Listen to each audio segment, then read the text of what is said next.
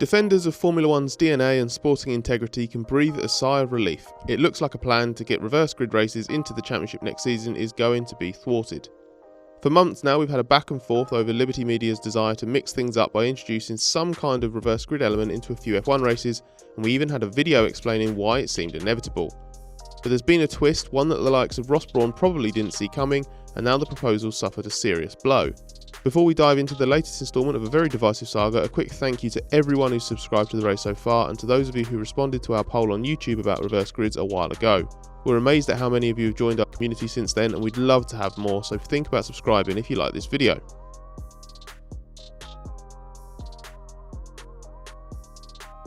F1's idea is for a 30-minute reverse grid qualifying race at 4 races next season.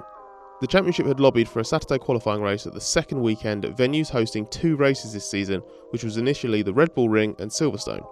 At the second race at those respective circuits, the qualifying race grid would have been set by reversing the championship order, and the result of this race would set the grid for Sunday's Grand Prix. Mercedes was against the proposal when it was tabled for the current season and successfully blocked the trial because it needed unanimous agreement, but F1 pledged to persevere for 2021.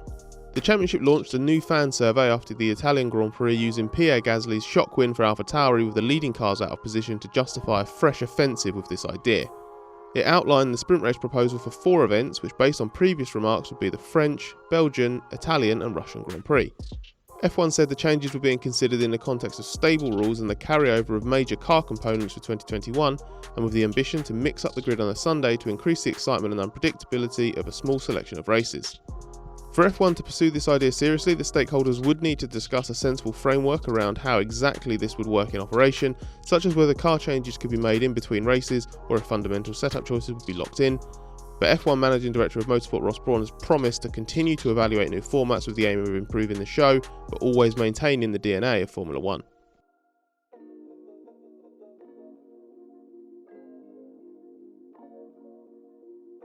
Brawn had the majority of team support earlier this year, but unanimity was not achieved, so it was dropped. Mercedes' objection was on the grounds that F1 should be a meritocracy, that teams would potentially game the system, and that the second or third fastest team would gain a lasting advantage.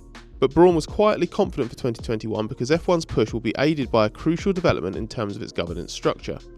The new Concord agreement teams signed in August means the rulemaking process is no longer the same. F1 now has a majority-based process in which there are 30 votes cast across the championship, the FIA and the 10 teams. For a matter like changing the rules to facilitate reverse grids for 2021, a supermajority of 28 out of 30 would be needed. This was considered achievable given the rulemakers supported the premise and all the teams except Mercedes and Racing Point did too. Therefore, F1's bid for reverse grid qualifying races appeared set to be approved for 2021 if it maintained the same level of support from the FIA and the teams as it did this year. But now it appears likely to be thwarted as opposition to the proposal has increased. Mercedes will almost certainly vote against the 2021 proposal, so needs 2 others to be on its side. Engine customer Racing Point's presumably going to maintain the same position as before, but crucially now McLaren, which will be a Mercedes customer next year, has signalled it has changed its mind and is not supportive of reverse grids. Even FIA President John Todd has publicly indicated he's against reverse grids too, which suggests the rulemakers themselves are not totally aligned. McLaren boss Andreas Seidel said earlier this season he'd have supported a reverse grid race experiment despite being old style and not liking artificial changes to racing, but he's now doubled down on his personal opposition and said McLaren is absolutely not supportive of the idea of introducing reverse grids either. He explained that the team's position was different earlier this year because of the unique 2020 calendar presenting double headers, so McLaren would have been open earlier in the season to doing it where F1 risked having exactly the same race at the same track 2 times in a row. Now he doesn't see the need, so McLaren believes F1 should remain a straight competition in qualifying in the race, denying Brawn the vote he needs to push the proposal through.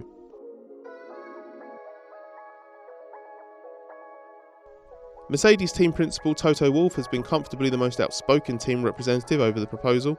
When the matter was raised again after the Italian Grand Prix, he joked, "I think I have a better idea, I would do a reverse grid in alphabetical order of team names, and then we would change our name to AMG." Wolff said reverse grids would be an attempt to design freak results, and F1 should only move towards this format if it wants to abandon its sporting integrity and become a pure entertainment platform. He said it would become like wrestling on the grounds the outcome is not a true reflection of performance, although his exact characterisation was incorrect as wrestling is choreographed and predetermined rather than completely random as Wolff put it. Wolf and Sider were not alone in their opposition, and even though the voices don't matter in terms of governance, it's worth highlighting that almost every driver is against it, even the ones who'd benefit.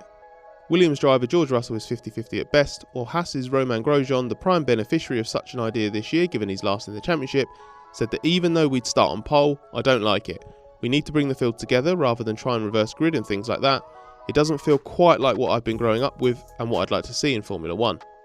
Ferrari driver Sebastian Vettel said a reverse grid would be proof that F1's attempts to improve the quality of racing through the changes like new aerodynamic rules in 2019 had failed, and reverse grids would be wrong in the name of the sport. Meanwhile, Renault's Daniel Ricciardo, who hasn't won since he left Red Bull at the end of 2018 and joined Renault, suggested it could devalue the achievement of winning a Grand Prix if someone uses a superior grid position as the basis for a victory.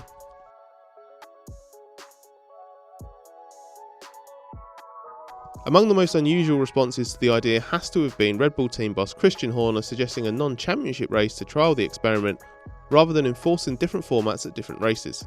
F1 non-championship races used to be a regular part of the season, but they've not been held since 1983, and a weakened Race of Champions grid because the expansion of the World Championship and growth in professionalism made special events harder to justify.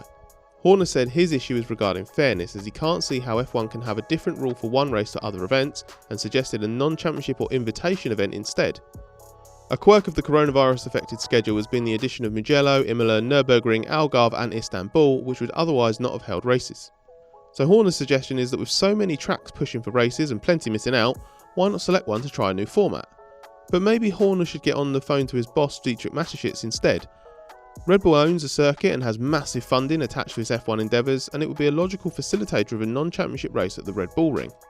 Horner even seemed to either advocate Austria being used for such an event or just given a second World Championship round in future seasons, when he said why not have 2 races in Austria, you could have them within a week.